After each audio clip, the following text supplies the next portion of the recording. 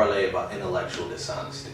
Intellectual dishonesty is the point during any discourse, written, verbal, or implied, in which you recognize one party or the other is incapable of acknowledging valid facts or logical conclusions presented from the other side. Discourse has come to represent a hostile exchange by which all or some parties feel compelled to win the argument without a vested interest in finding real solutions or at least finding the truth.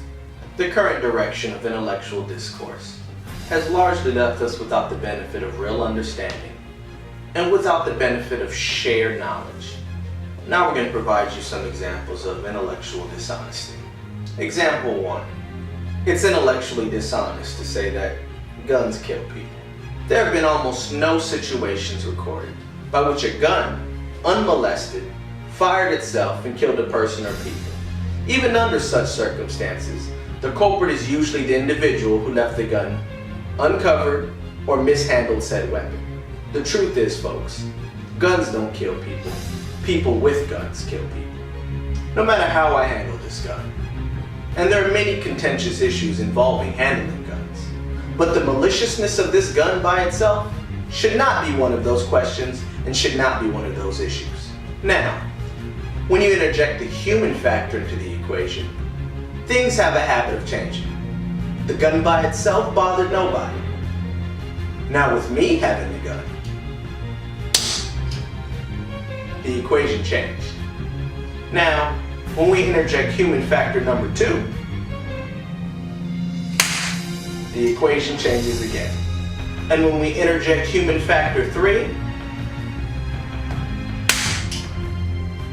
the equation changes yet again. Intellectual dishonesty is placing the blame on the gun and not acknowledging the problem with the user of the gun or the culture which propagates violence. Example number 2 of intellectual dishonesty. The idea, the narrative, or the notion that racism doesn't exist at all. That's intellectually dishonest. Segments of our society have pretended like acknowledging that prejudice based on race alone is like a slippery slope.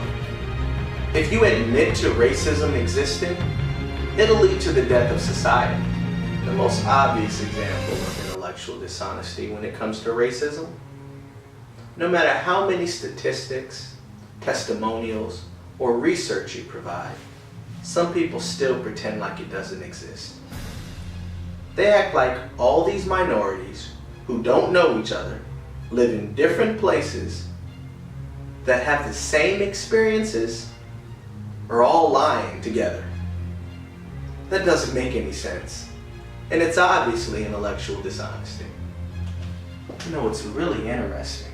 The same people who live in that fictitious bubble are the same people who pretend like slavery wasn't a big deal, or they minimize the effects of it today. Truth is, folks, racism is real. Actually, racism is just as real as apple pie. And this apple pie, it's real.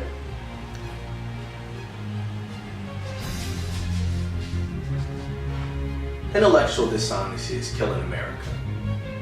We've become a place where rhetoric is king, the truth has no value, and honesty is boring. This paradigm makes real insight and real solutions impossible. The truth